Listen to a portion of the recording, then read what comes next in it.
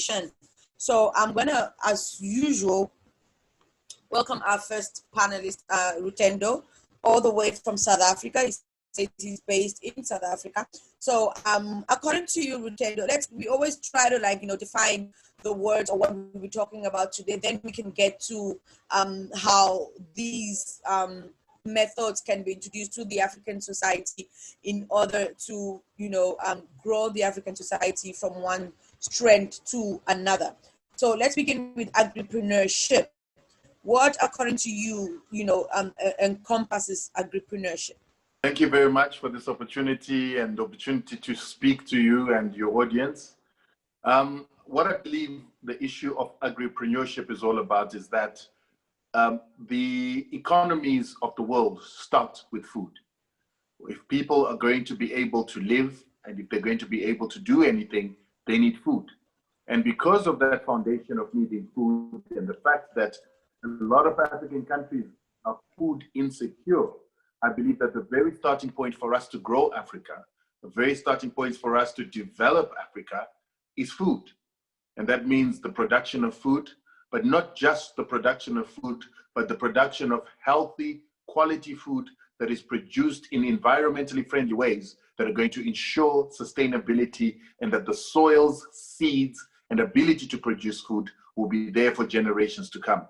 And so that's what I believe that agripreneurship is all about. It's people producing food, not only for self-sustenance or subsistence, but also for the ability to conduct business, make a profit, and make it sustainable to continue to produce this food.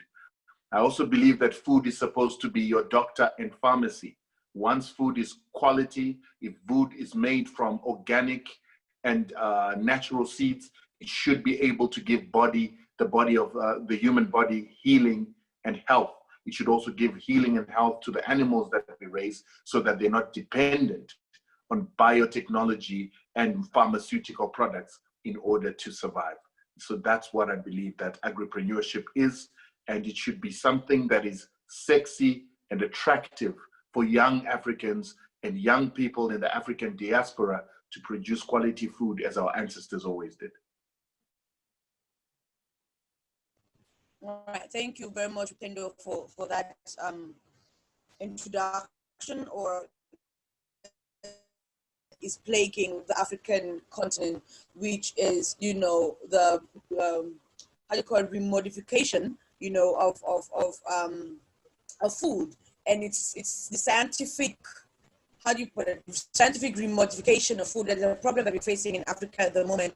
How do you think that we as Africans can fight or come together against that practice?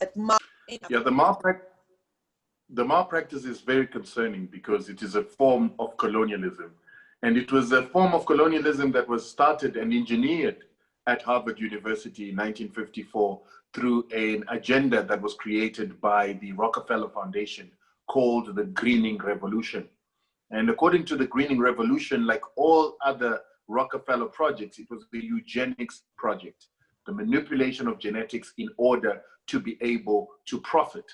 But not only was it the manipulation of genetics in order to profit and create a monopoly on food production, but it was also a means of genetic annihilation or a biological weapon that could then later be used to eliminate certain people or people that were unwanted in the eugenics movement by European white supremacists.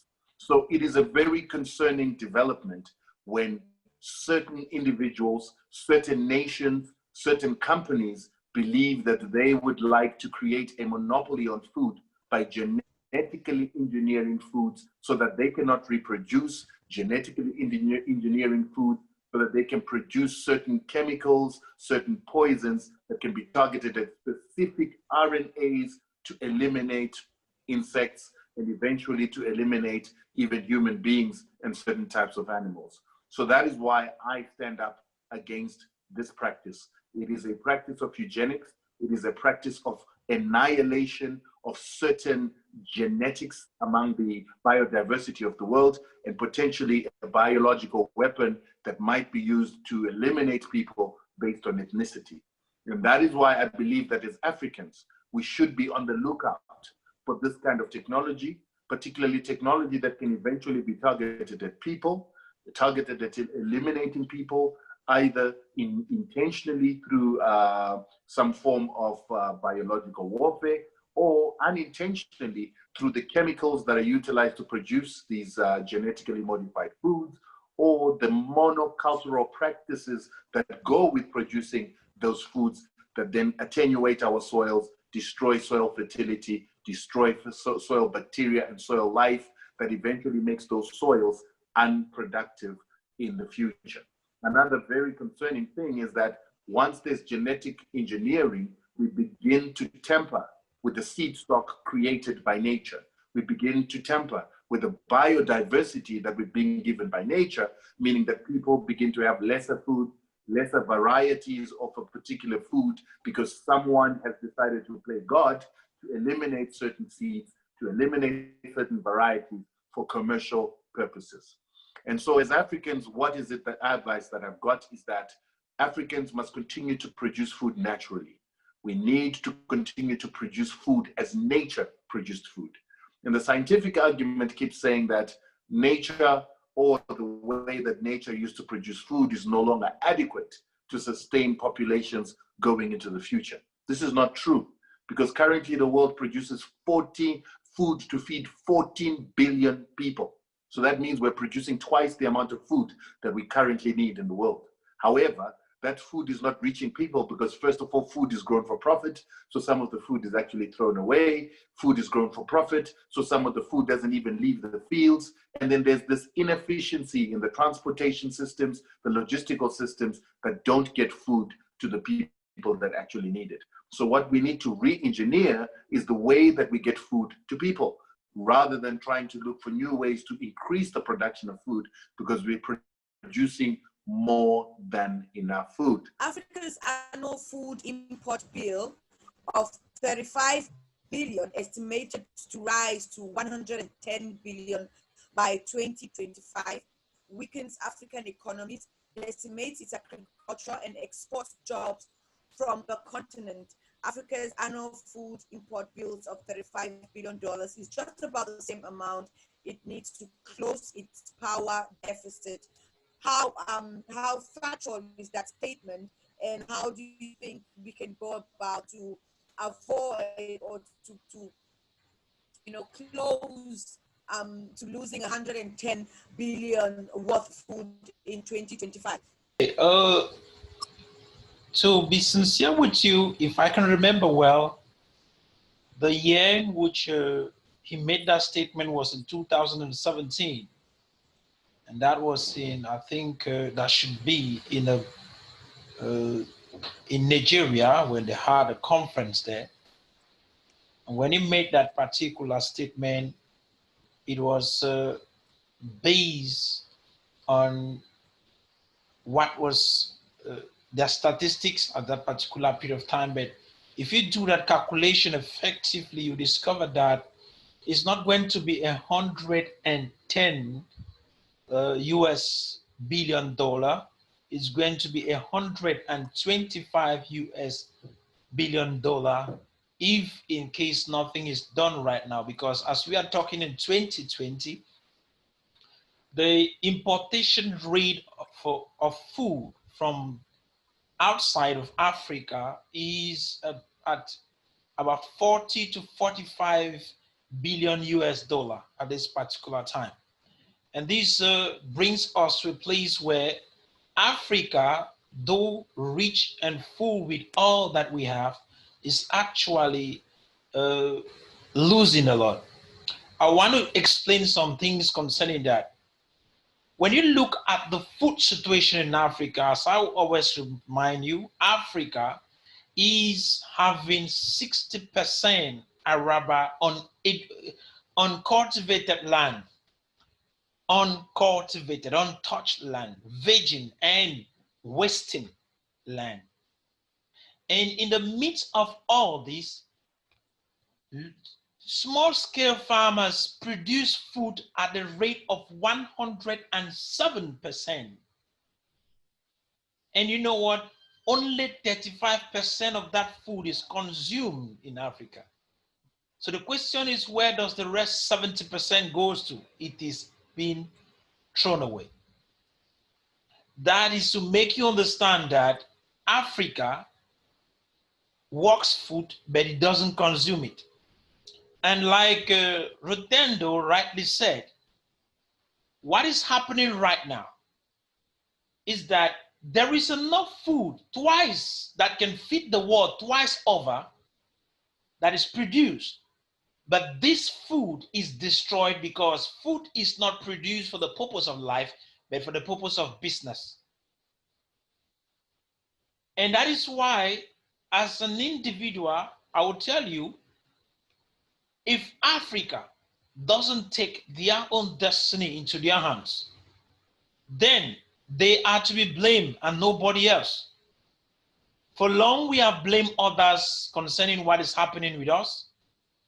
But this time around, we need to turn and blame ourselves for whatsoever will happen in the future.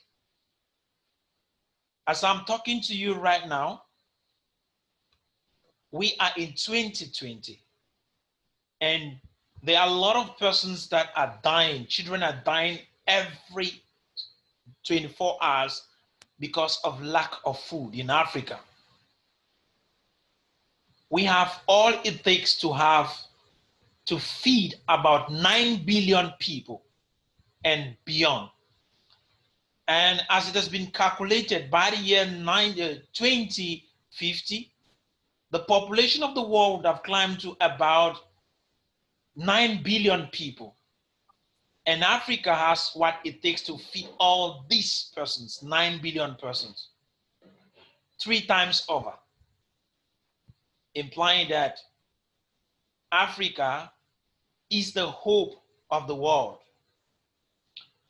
And when you look at when I look at the question, or say the theme of our discussion, and agripreneurship, I look at agripreneurship as the ability to put money in agriculture to make money. Yes. Why? Because the money spent by Africa to import food yearly is too much. I talk of about 40 to 45 billion US dollars in this year in which we are, 2020. That is money that could be invested in the continent.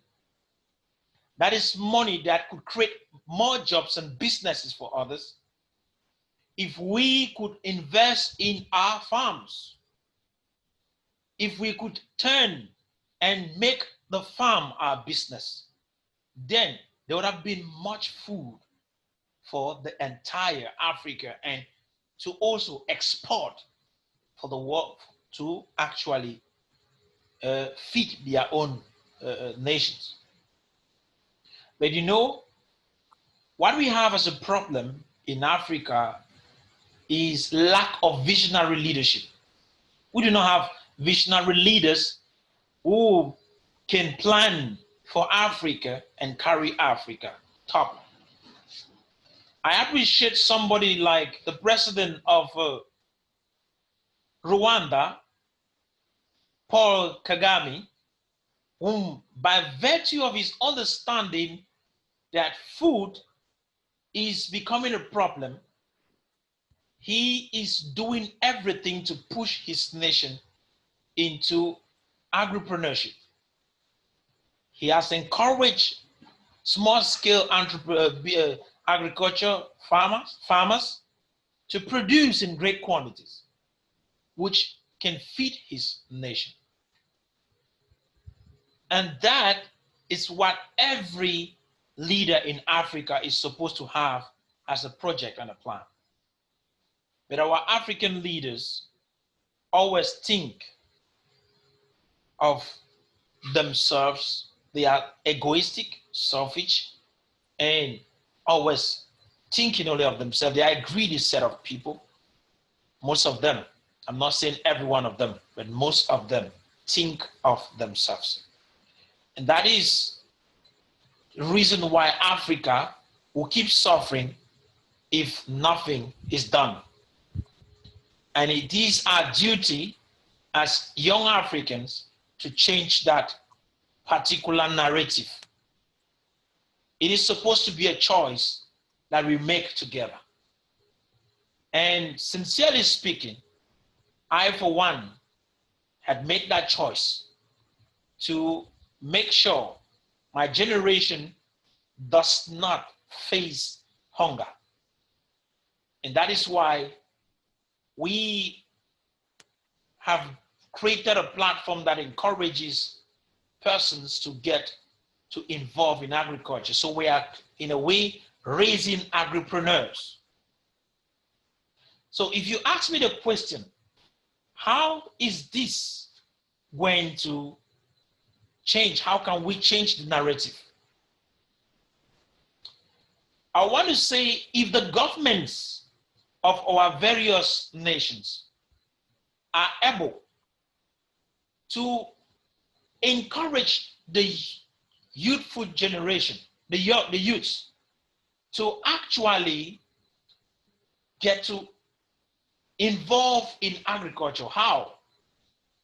They should create what I call agri-industrial zones and give access to young people and give land access to young people, implying that they need to provide lands to young people. In these agri-industrial zones, they should go into the interiors, create roads that lead to those places. When they create these roads, they should be able to also allow access of water into such places. Then build processing companies, or say transformation companies, that can transform, process this food that will be produced. Then encourage young people to get lands in those areas. What will happen is this: it will create natural depopulation of cities and create employment naturally. At the same time, food production becomes so easy. And when we produce, because that is one of the problems we have in Africa, when we produce food, the food needs to be processed. We shouldn't produce food and it is not processed. I want to use Cameroon as an example. In this year, 2020, a lot of young farmers who were farming tomatoes got abandoned on the way, because after the government encouraged them to get into farms, most of them got into the farms and were able to get to produce lots and lots of tomatoes. In Cameroon, let's use the word, a tin of tomatoes of about 20 kilograms was sold at about 9 to 11,000 francs CFA. But you'll be shocked and surprised that in this year, because of the effects of coronavirus, because of lack of processing units and industries or companies, because of lack of buyers, let me use it that way, most of these farmers have produced tomatoes, and these tomatoes are just wasting. Why? There is no market for the tomatoes. Practically no market. So tomatoes that were sold that high are now being sold for enough. That's what is.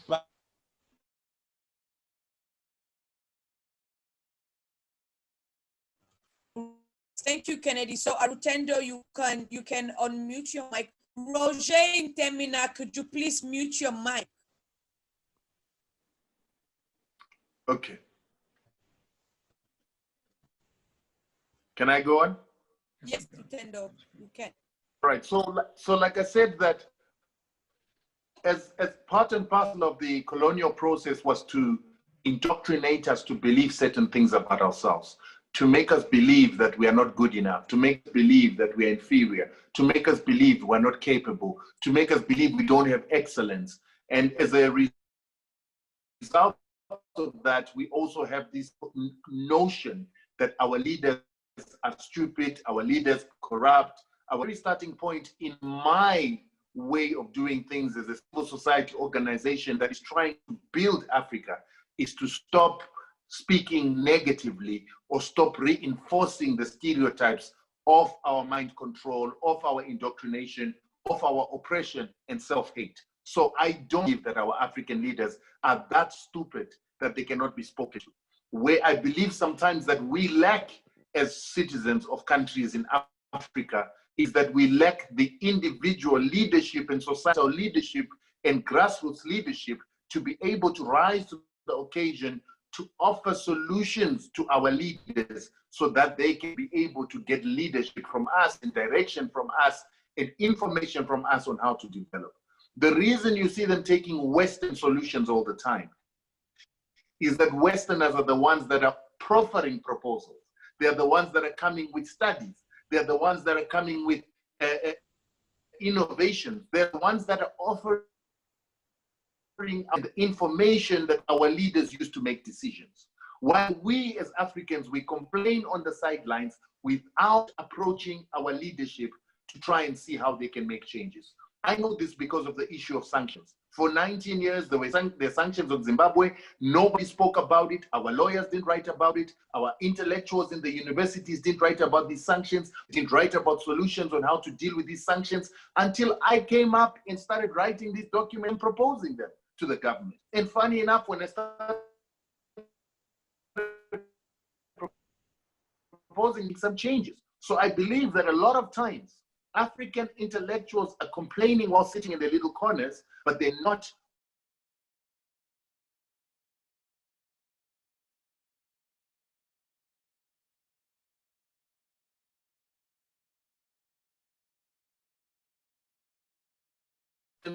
writing agripreneurship to fruition. If we want our leaders to utilize African products, African seeds, African food, we have got to start consuming it. We've got to start proposing it. We've got to propose the creation of the seed banks. We've got to write proposals and scientific papers on why it is that we do not want GMOs on the African continent. Most people right now that we're speaking with here know me because of the video that I made. I made that video knowing that I don't have access to the corridors of power in most countries. So I'm going to create a video that is going to go on social media so that it can reach some of our leaders, so that it can reach some of our professors, so that it can reach some of our scientists and challenge them on their thinking about GMOs, challenge them on what it is that we believe is necessary for production in Africa. And why I also did it is so that other people can hear a young, articulate young man who is proffering solutions that say technology is not what we need when it comes to food. Technology is not how we need to look at our food because it will put us into food colonialism. We need to maintain traditional, and the traditional is good. We need to eat African. We need to keep our African seeds. We need to keep our diversity. And I'm speaking as a young, educated man to other people that are educated to tell them that not always, in fact, we do not need to follow the Western way of doing things. We can be educated in Afrocentric terms to produce solutions with African solutions. Africa is not bad. African products are not bad. In fact, Africa is the best. This is the mother continent. This is where Europeans ran away to when they destroyed their continent, when they ate all their animals, when they ate their lions, when they ate their hyenas. They ran to Africa because here we preserved our stuff. We preserved our water. We preserved our forests. We preserved our animals. A lot of people think Europe didn't have animals like Africa. It did. They ate them. They destroyed them. The greedy European destroyed his nature because they are a destructive race. And they came to Africa to find us, the oldest civilization, with everything because we know how to do things sustainably. And that is why we have to encourage our governments to believe in the African way. because the African way has been proved by this movement, this migration, that we never migrated because we had enough. We never migrated because we produced enough food to preserve our animals. We preserved enough food to preserve our soils. We created enough food to preserve our clean waters. And only when the European got to Africa, they started destroying with their Eurocentric things. So we need to stay away from that. And we need to keep proposing that to our leaders. We need to keep reminding our leaders through writing proposals, pieces, thought leadership pieces in newspapers, thought leadership pieces on social media. We need to keep being intellectual and putting ideas and thoughts on the table. So how are we going to achieve this agripreneurship that we need? First, we need to write these proposals. We need those people like Professor who are in universities, who are in academic institutions, to write white papers, blue papers, green papers, anything that is required to academicalize our ideas, to academicalize African ideas, and to ingrain those in the academic system to show our leaders how it is supposed to be done. We need also create economic development models around what Professor was talking about. These agro-processing centers, these agro-processing hubs, we need to let Africans know that you can become an accountant in an agro-processing hub. You can become a technician and an engineer in an agro-processing hub, because every single agricultural production process will need irrigation. It will need solar. It will need transportation and logistics. It will need factories for processing. It will need agro-processing. It will need marketing activities, accounting activities, legal activities. Right there, we begin to create the jobs that everybody finds glamorous, including IT jobs in these agricultural hubs that are going to be spread out in our villages, in the areas of farming, and that way we can create a vibrant economy. But somebody has got to spell that out. I'm a communicator and marketer by process. I need to take up the role of social engineering, teaching our people in their minds and making them see the vision of these agro hubs and how those agro hubs can become living places for young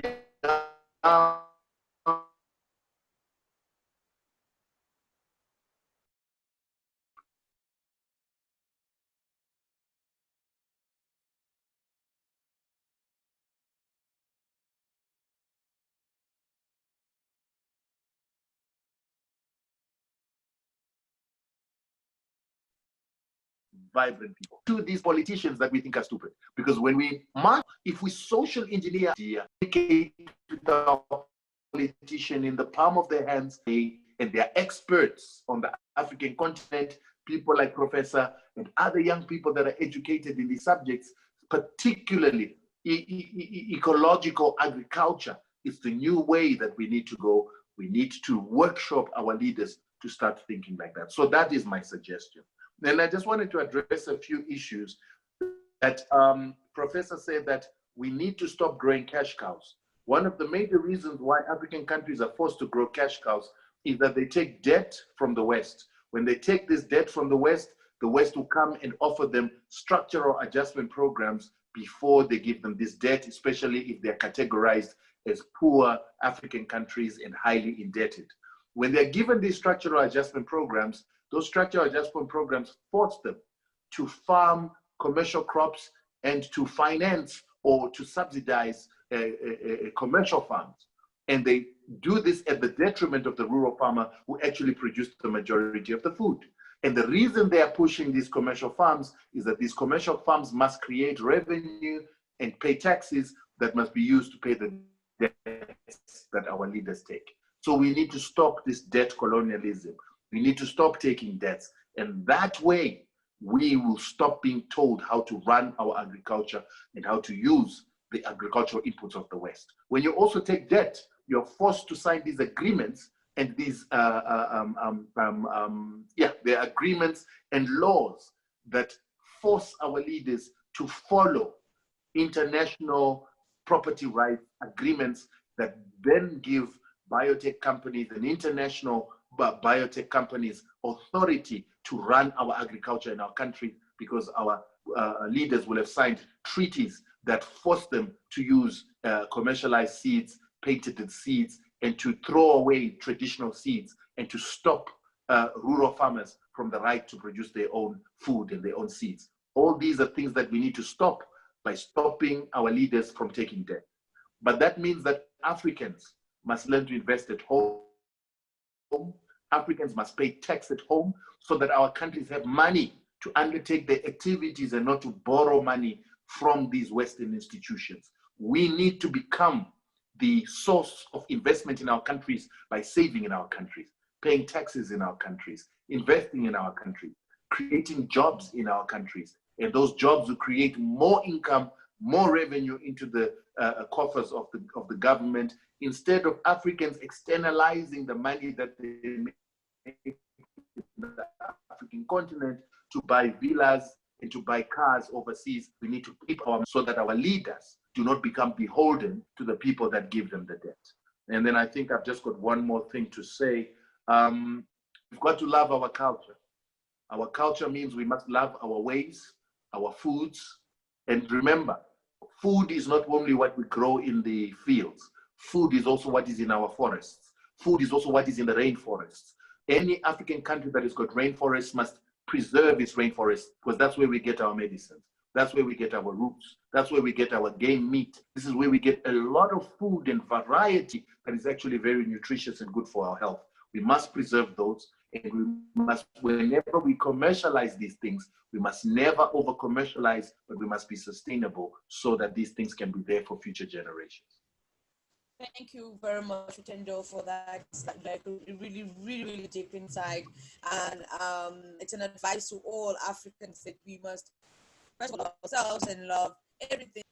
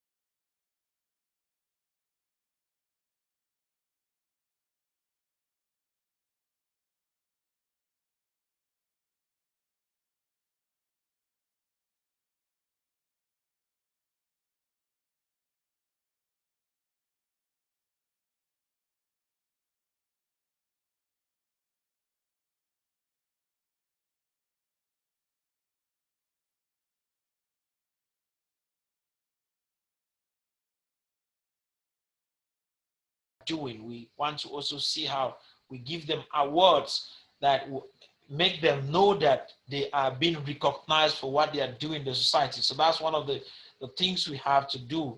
And with all these, we are looking for ways to discourage this importation of food that is being done, which they are dumping in our societies and actually killing our brothers and sisters and actually destroying the ecosystem. But we need to encourage eco-friendly agriculture which will be in relation to our people. And I will be sincere to tell you that as an African, the way we were groomed up, we're groomed to love our nature, to love the nature, love the environment, to be friendly with our culture, our society as well, the entire ecosystem, because we are intertwined. The ecosystem is intertwined with us, so we can't actually destroy some aspect of it and think we will survive. When you destroy an aspect of the ecosystem, you are destroying your own life. So we are intertwined with it, and that is the way we're taught to, we're raised to grow and believe that the nature around us is part and parcel of us. We can't go now allowing Europeans to bring their funny ideas and destroy our entire society in the name of science. The science that actually destroys is not a science that is eco-friendly. So we must work with eco-friendly strategies that can permit our society to get involved and our young people to get involved in agriculture in a way that will give them what they need.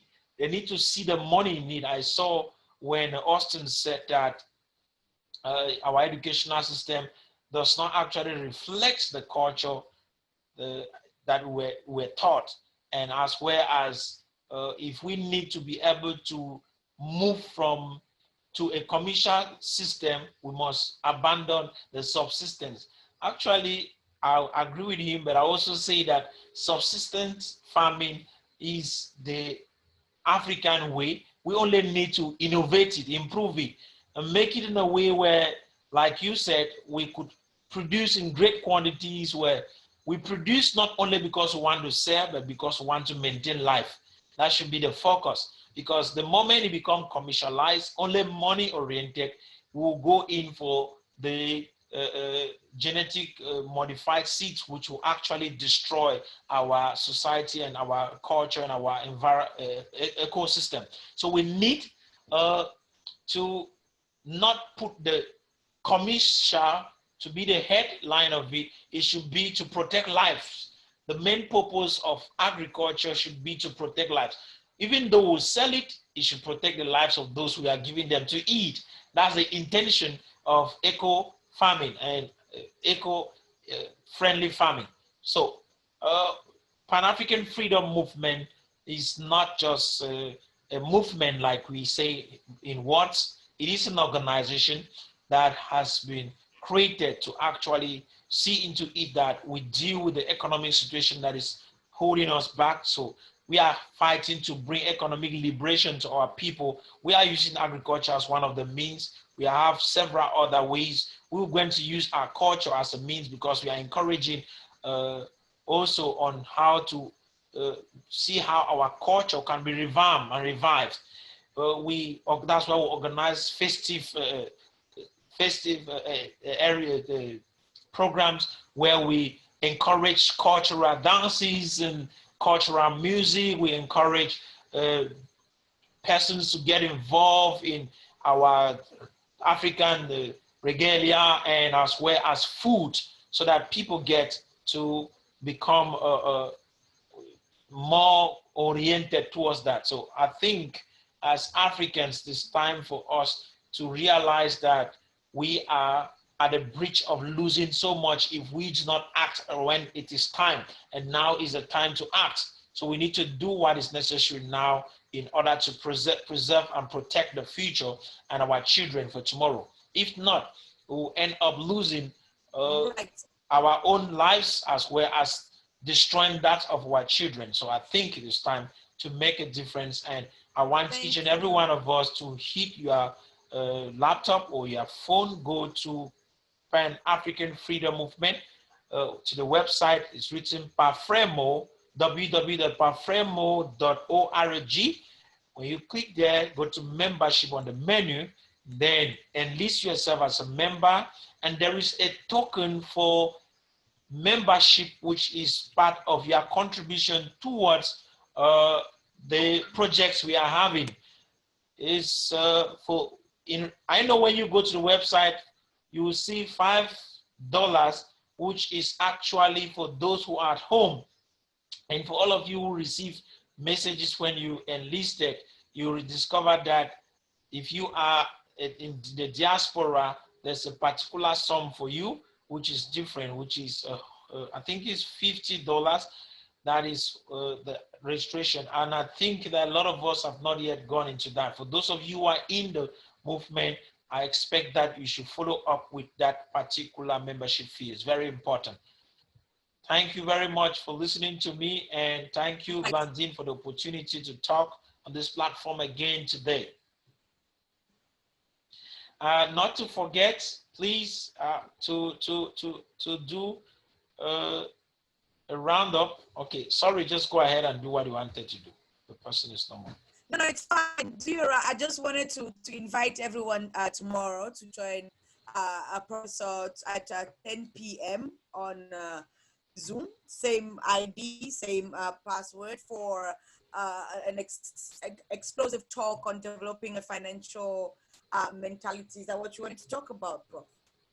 Yeah, thank you.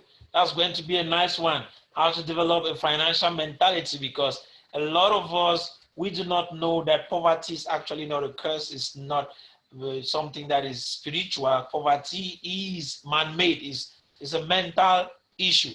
So we need to begin from there to learn how to become financially literate, because financial literacy is a reason for poverty. We need to learn financial literacy in order to come out of it. So thank you. And bear in mind that it's part and parcel of the Parfait move. So it's also good that we acquire this knowledge, and it's for free. So guys, like, you really need to join him tomorrow. We will all be there 10 p.m. on the platform to learn a lot regarding finance, and that will also help us to grow economically in Africa. I mean, it goes hand in hand.